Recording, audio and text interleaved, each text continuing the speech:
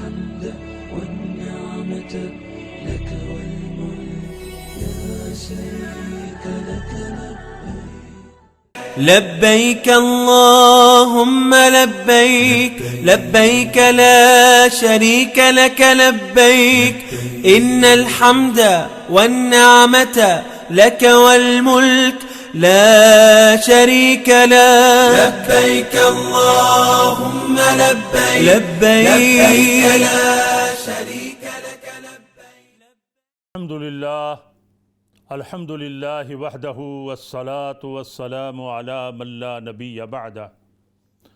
أما بعد فإن أحسن الحديث كتاب الله وخير الهدي هدي محمد صلى الله عليه وسلم وشر الأمور محدثاتها وكل محدثة بدعة وكل بدعة ضلالة وكل ضلالة في النار.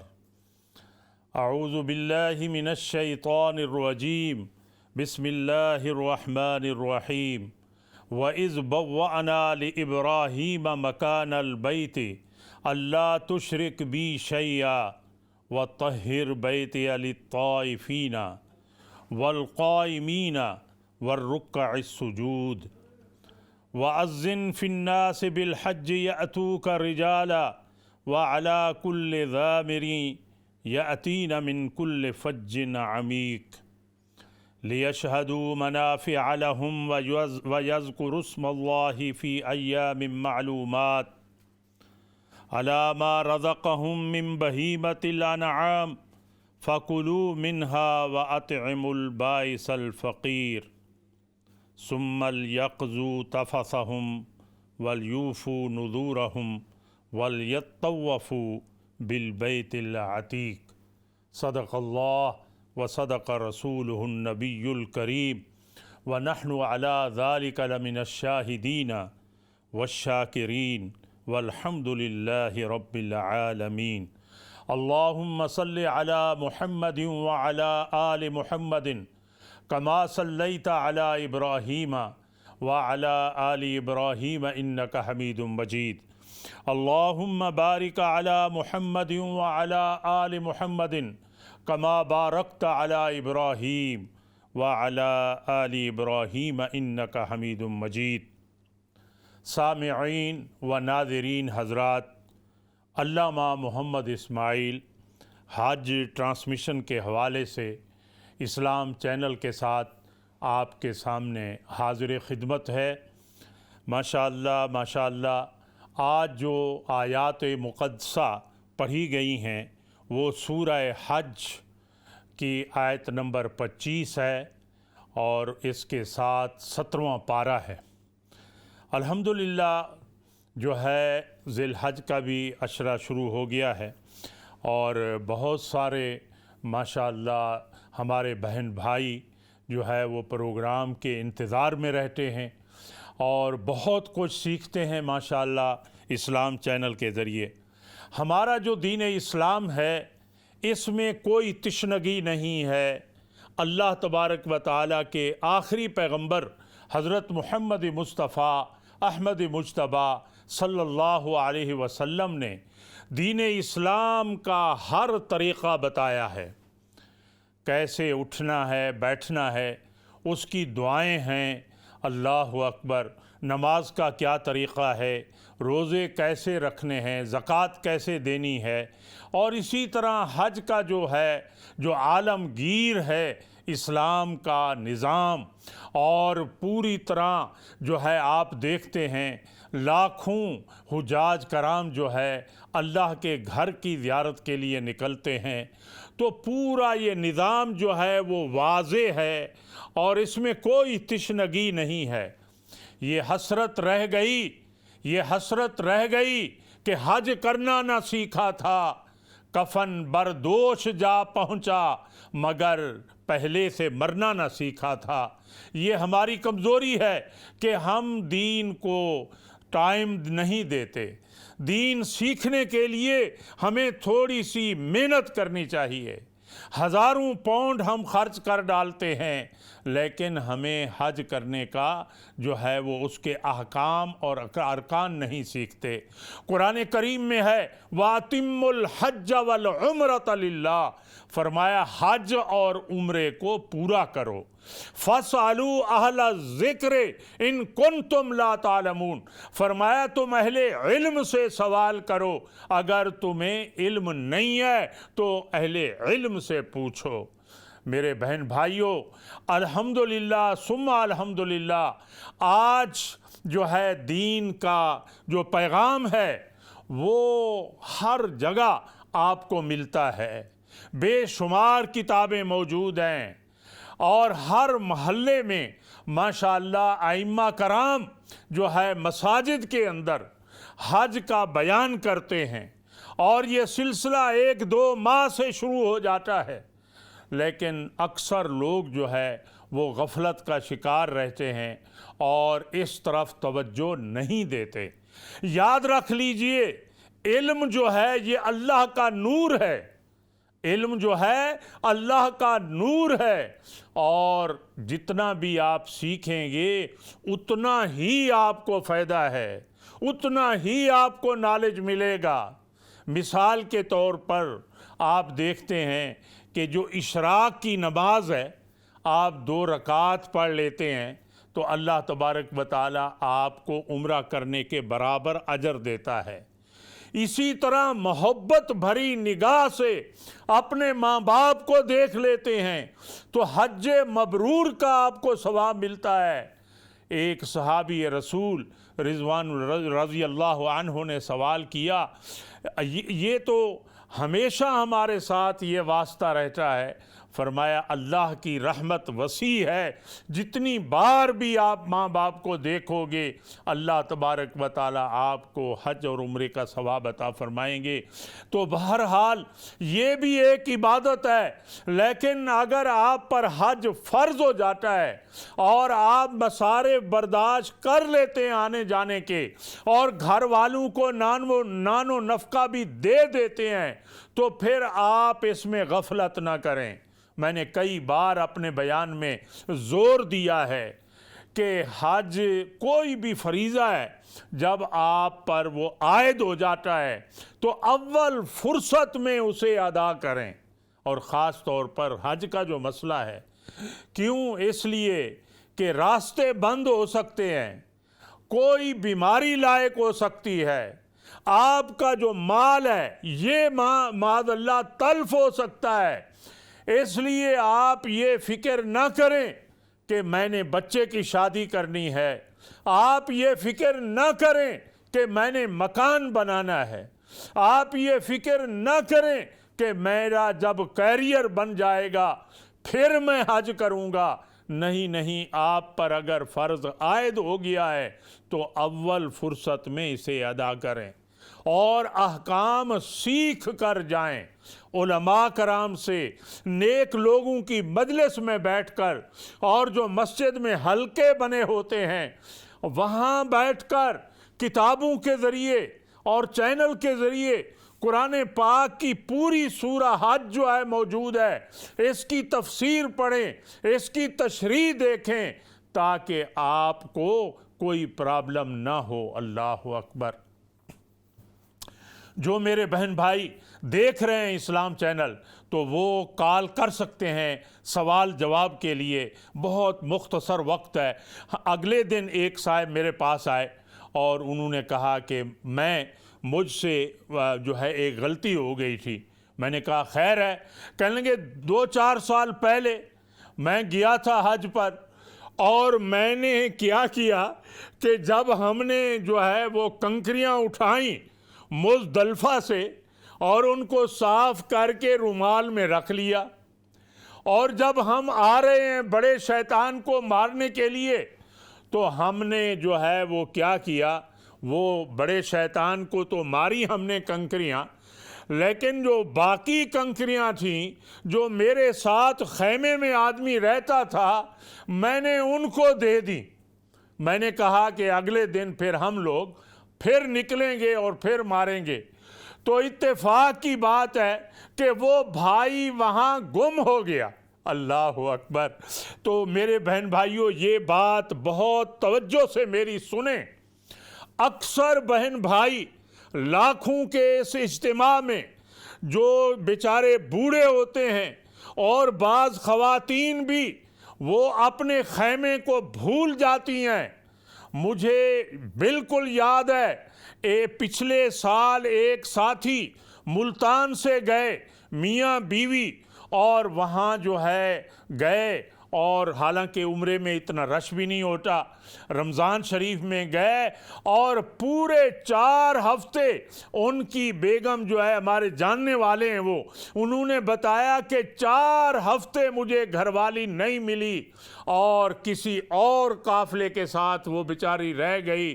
لیکن الحمدللہ ثم الحمدللہ بہت ہیلپ فل ہیں لوگ، اور جو بھی حج پہ گئے ہوئے ہوتے ہیں ان کے دل بھی نرم ہوتے ہیں، اللہ کی راہ میں وہ خوب خرچ کرتے ہیں۔ اگر کوئی بھٹکا ہوا آدمی ان کو مل جائے تو ان کی کوشش ہوتی ہے کہ یہ پورے ارکان جو ہے وہ پورے ہمارے ساتھ ہی گزار دے، اور کھانا پینا بھی ان کا مفت ہو جاتا ہے، سب کچھ وہ خدمت کرتے ہیں۔ لیکن جس قافلے کا وہ آدمی گم ہو جاتا ہے، ان پر کیا بیتتی ہے، اس کے بارے میں آپ خود اندازہ لگا سکتے ہیں کہ وہ شوہر جو ہے بیچارہ، وہ پورے 4 ہفتے اکیلے جو ہے وہ عبادت کرتا رہا، اور اسی طرح طواف کرتا رہا اور روزے رکھتا رہا۔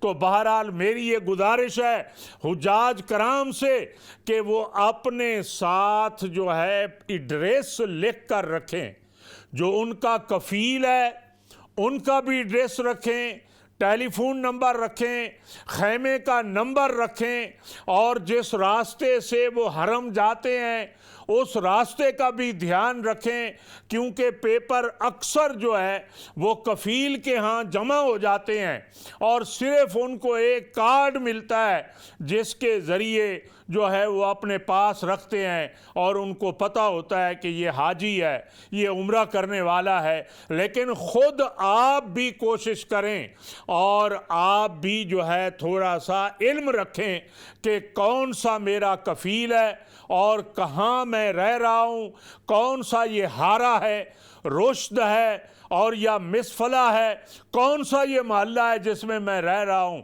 اور کس گلی سے میں جاتا ہوں۔ اور اپنے پاس ضرور موبائل نمبر بھی رکھیں، تاکہ کسی جگہ آپ بھٹک جائیں تو اپنے بہن بھائیوں کو تلاش کر سکیں، ایسا نہ ہو کہ آپ پورا جو ہے وہ سفر پریشان رہیں۔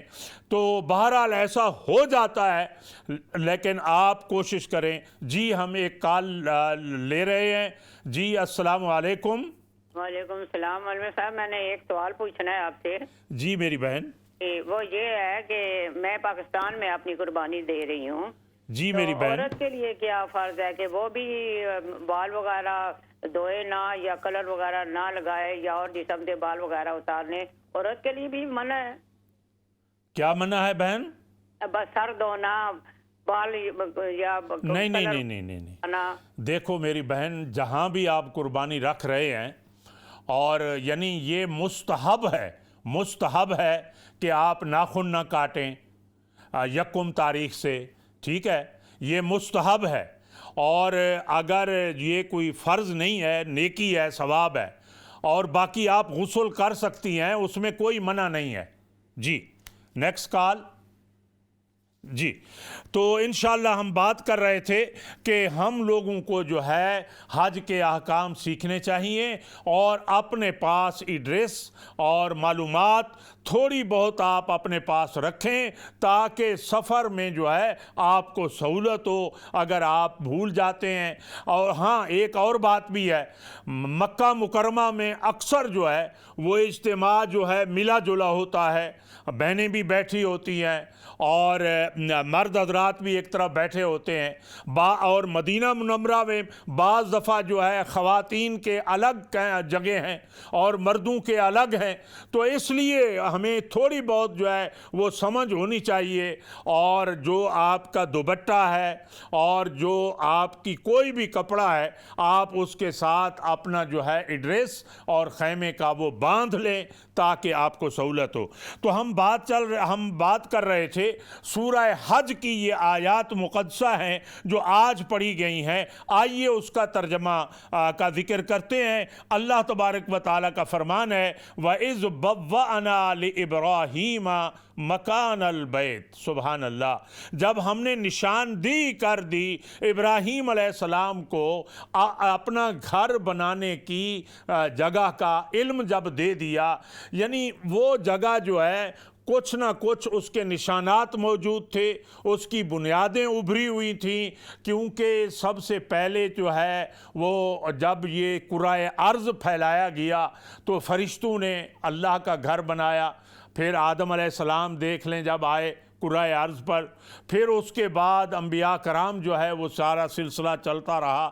تو بہرحال سب سے پہلا گھر، پہلا مکان جو بنا ہے ان اول بیت وضع للناس للذی ببکۃ مبارکا وہدی للعالمین، تو یہاں وہی اشارہ ہے وَإِذْ بَوَّأْنَا لِإِبْرَاهِيمَ مَكَانَ الْبَيْتِ اللہ تشرک بی شیئا، اللہ تعالیٰ نے فرمایا کہ میرے ساتھ کسی کو شریک نہ ٹھہرایا جائے۔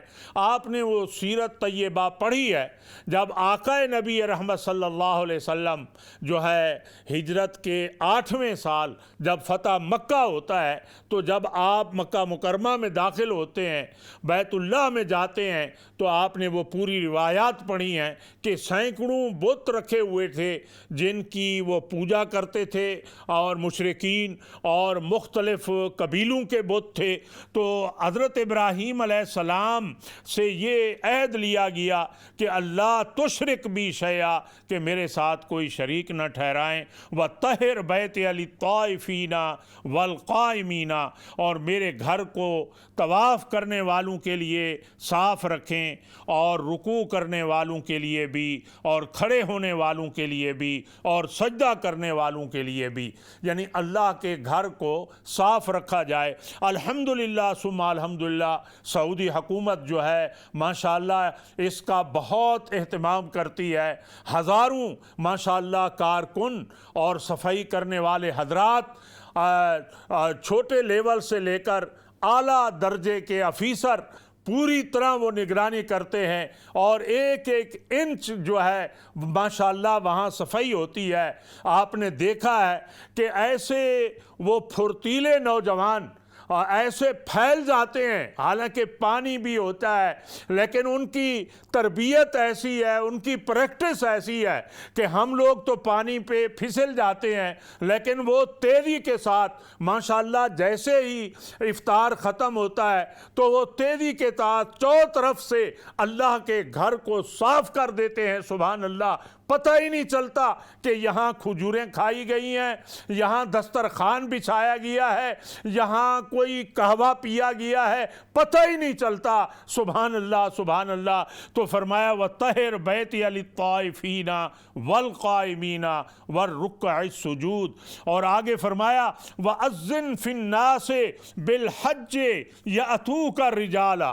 جب اللہ کا گھر بنایا ابراہیم علیہ السلام نے تو اللہ تعالیٰ نے حکم دیا کہ لوگوں میں حج کا اعلان کر دیں۔ سبحان اللہ۔ جی کال لے لیتے ہیں۔ السلام علیکم۔ جی وعلیکم السلام۔ جی ماشاءاللہ علامہ صاحب ٹھیک ہیں آپ؟ جی الحمدللہ الحمدللہ۔ جی میرے ایک دو سوالات تھے آپ سے قربانی کے متعلق اور حج کے متعلق۔ جی جی فرمائیے۔ جی ایک تو میرا سوال یہ ہے کہ قربانی کا نصاب کتنا ہو تو بندے پہ قربانی فرض ہو جاتی ہے؟ جی۔ اور دوسرا یہ ہے کہ جو کسی ایک مطلب جانور میں دو بندے شریک ہو سکتے ہیں، چھوٹے جانور میں یا بڑے جانور میں؟ ایک یہ ہے میرا سوال۔ جی اور کوئی ہے؟ نہیں جزاک اللہ۔ جی دیکھیں جو آپ نے آخری سوال کیا ہے دو جانور دیکھیں، بھیڑ ہے، بکری ہے، دمبا ہے، جو ہے اگر پوری فیملی کی طرف سے اگر آدمی یعنی متوسط درجے کا ہے اور مڈل کلاس کا ہے، اتنے وسائل اور اتنے ریسورسز نہیں ہے، تو وہ پورے گھر کی طرف سے بھی ایک دمبا جو ہے وہ ذبح ہو سکتا ہے، قربانی کی جا سکتی ہے۔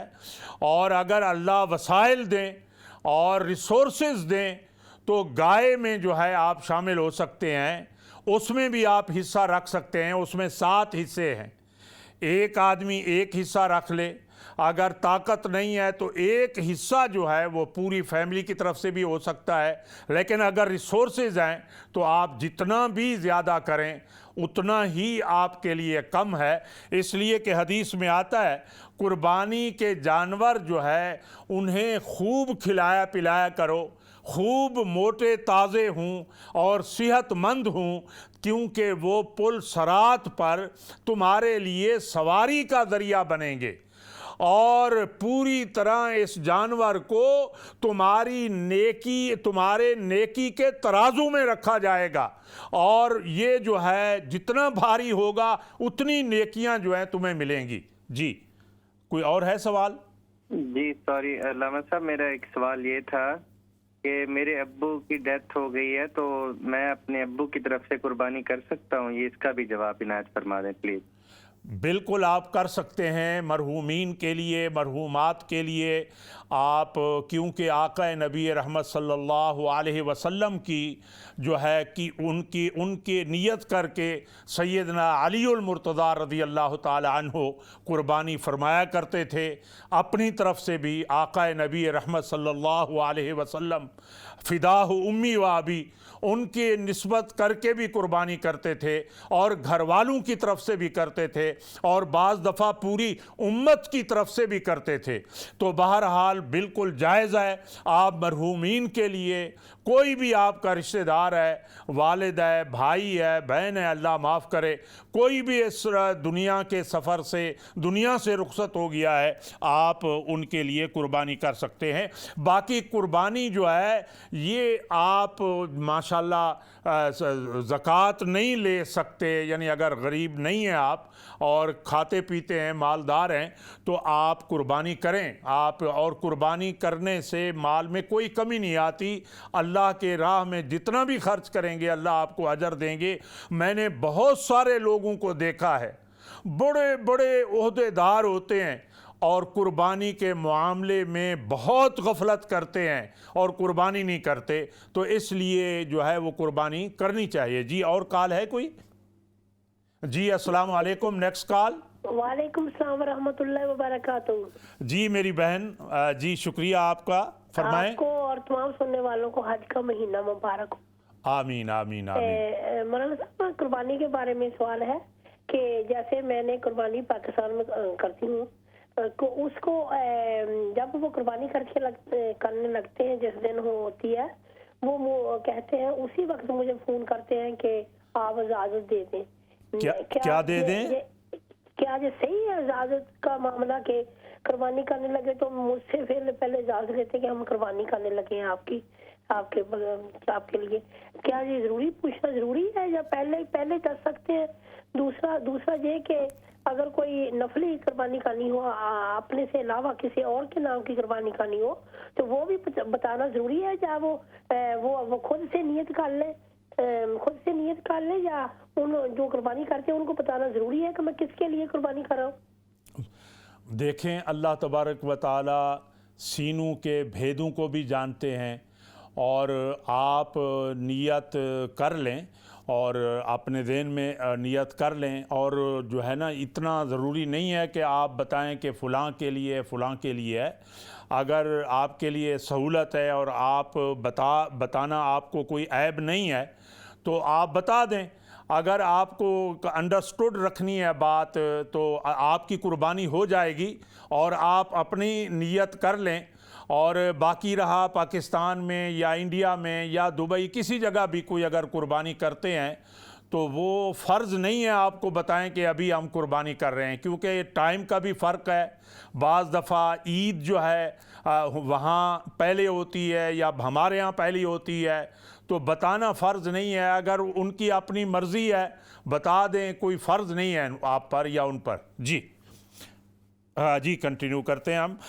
تو بتا رہا تھا کہ میں یہ جو ہے قربانی اپنا یہ آیات ہم پڑھ رہے تھے، وَالرُّكَّعِ السُّجُودُ وَأَذِّن فِي النَّاسِ بِالْحَجِّ يَأْتُوكَ رِجَالًا، فرمایا کہ آپ اعلان کر دیں جب اللہ کے گھر کی تعمیر ہو گئی، ابراہیم علیہ السلام کو اللہ کا حکم مل رہا ہے کہ آپ اعلان کر دیں حج کا، يَأْتُوكَ رِجَالًا، آئیں گے لوگ پیدل، وَعَلَىٰ كُلِّ ضَامِرٍ يَأْتِينَ، اور سوار ہو کر، مِن كُلِّ فَجٍّ يَأْتِينَ مِن كُلِّ فَجٍّ عَمِيقٍ، بڑے بڑے دور راہوں سے لاغر اور دبلی جو ہے سواریوں پر، یعنی سفر لمبا ہوگا اور سفر کی تھکاوٹ کی وجہ سے سواریاں بھی لاغر اور کمزور ہو جائیں گی سفر کی دور ہونے کی وجہ سے۔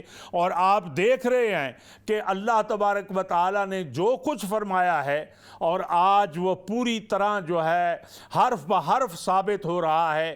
دنیا کے ہر کونے سے ہزاروں لاکھوں افراد جو ہے وہ پہنچتے ہیں، اور بعض فلائٹیں ایسی بھی ہیں کہ ہوائی جہاز کے ذریعے، ایروپلین کے ذریعے 24 گھنٹے لگ جاتے ہیں، اس سے بھی زیادہ ٹائم لگ جاتا ہے، اور کئی جہاز بدل کر آتے ہیں لوگ اور اللہ کے گھر کی زیارت کے لیے، اور یہ پیاس بجھنے والی نہیں ہے۔ ایک دفعہ آپ اللہ کے گھر کی زیارت کر لیتے ہیں تو چلے جاتے ہیں اپنے گھر، لیکن آپ کا دل جو ہے وہ اٹکا ہوا ہے حرم شریف کے ساتھ، بیت اللہ کے ساتھ، مسجد نبوی کے ساتھ، اور اسی طرح مسجد قباء کے ساتھ، اور وہ حجاز مقدس کی وادیوں کے ساتھ۔ اللہ نے اس گھر کی ایسی کشش رکھی ہے کہ آپ کہتے ہیں کہ ایک دن میں ہم پہنچ جائیں، اور ہر بار پہنچے ہم۔ جی ایک اور ہیں کالر۔ جی انشاءاللہ جو ہے یہ سلسلہ جو ہے جاری ہے، اور آپ رابطے میں رہیے، دیکھتے رہیے۔ تو بتا رہے تھے کہ من کل فج عمیق، کہ ہر طرف سے جو ہے یہ ایک لشکر آ رہا ہے، ہر طرف سے ایک لشکر آ رہا ہے۔ لِيَشْهَدُوا مَنَافِعَ لَهُمْ وَيَذْكُرُوا اسْمَ اللَّهِ فِي أَيَّامٍ معلومات، فرمایا کہ تاکہ ایسی جگہ پہنچیں جو ان کے لیے نفع بخش ہے، یعنی یہ جو ایک دینی لحاظ سے بھی نفع بخش ہے اور دنیاوی لحاظ سے بھی۔ آپ دیکھیں کتنے لوگوں سے آپ کا رابطہ ہوتا ہے، اور بہت ساری آپ کو معلومات ملتی ہیں، اور بہت سارے لوگوں سے آپ کے روابط بڑھتے ہیں، اور اسی طرح دین کا ایک جذبہ آپ کے اندر پیدا ہوتا ہے۔ فرمایا لِيَشْهَدُوا مَنَافِعَ لَهُمْ، آگے فرمایا وَيَذْكُرُوا اسْمَ اللَّهِ فِي أَيَّامٍ معلومات، اور اللہ کا ذکر ہوتا ہے، اس کی یاد تر و تازہ ہوتی ہے۔ آپ تکبیرات پڑھتے ہیں، اللہ اکبر اللہ اکبر، لا الہ الا اللہ واللہ اکبر، اللہ اکبر وللہ الحمد۔ آپ دیکھتے ہیں کہ 9 تاریخ سے، ذی الحج کی 9 تاریخ سے لے کر 13 تاریخ کی عصر تک آپ یہ تکبیرات جو ہے وہ پڑھتے ہیں ہر فرض نماز کے بعد۔ اور اسی طرح آپ دیکھیں کہ ہر جگہ اللہ کا ذکر ہوتا ہے، اللہ کی تعریف کے گیت گائے جاتے ہیں، قافلے آ رہے ہیں اور بسوں کے ذریعے آ رہے ہیں، اور اسی طرح پیدل جا رہے ہیں، اور جو ہے وہ گیت گائے جا رہے ہیں اللہ کی تعریف کے، اللہ کی عظمت کے۔ لبیک اللہم لبیک، لبیک لا شریک لک لبیک، ان الحمد والنعمت لک والملک لا شریک لک۔ اور کہیں رکن یمانی پہ پہنچ کر یہ دعا پڑھی جا رہی ہے، ربنا آتنا فی الدنیا حسنہ وفی الآخرۃ حسنا وقنا عذاب النار. اور کہیں زمزم پہ کھڑے ہو کر یہ دعا پڑھی جا رہی ہے, اللہم انی اسألک علما نافعا وعملا صالحا ورزقا واسعا وشفاء من کل داء. آپ دیکھیں کہ ہر جگہ اللہ کی تعریف اور اللہ کی عظمت کا ذکر ہو رہا ہے. تو بالکل ہم اختتام کی طرف جا رہے ہیں. ہمارے دوستوں میں ایک جو ہے وہ کل ایک عزیز کا انتقال ہوا ہے, اللہ تبارک و تعالی ان کی مغفرت کرے. اور بھی بہت سارے لوگ جو ہیں جو بھی اس دنیا سے رخصت ہو گئے ہیں, اللہ تعالی ان کی قبروں کو منور کرے. اور جو حجاج کرام وہاں پہنچے ہوئے ہیں, اے اللہ ہمیں ان کی دعاؤں میں شامل فرما, اور ان کی جو حسنات ہیں اے اللہ ان میں بھی ہمارا حصہ عطا فرما. اور جو ہمارے بہن بھائی انتظار کر رہے ہیں حرم شریف جانے کے لیے, مکہ مکرمہ مدینہ منورہ کی زیارت کے لیے, اے اللہ ان کے لیے بھی آسانیاں پیدا فرما. اور جو لوگ وسائل سے محروم ہیں اے اللہ ان کے لیے بھی اسباب اور وسائل پیدا فرما. تو انشاءاللہ ہم اختتام کی طرف جا رہے ہیں, اور یہ سلسلہ حج ٹرانسمیشن کا جاری و ساری ہے. آپ اسلام چینل کو دیکھتے رہیے. انشاءاللہ ثم انشاءاللہ پھر ایک اور پروگرام کے ساتھ آپ کے سامنے حاضر ہوں گے. اللہ تعالیٰ آپ کی ہم سب کی حسنات قبول فرمائے. جزاکم اللہ.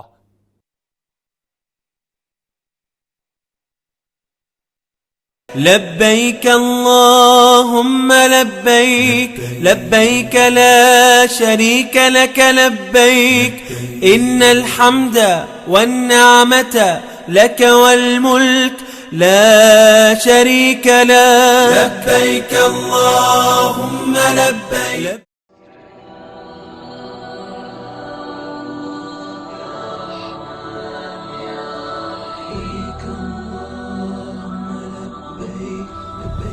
شريك لك لبيك إن الحمد والنعمة لك والملك لا شريك لك لبيك.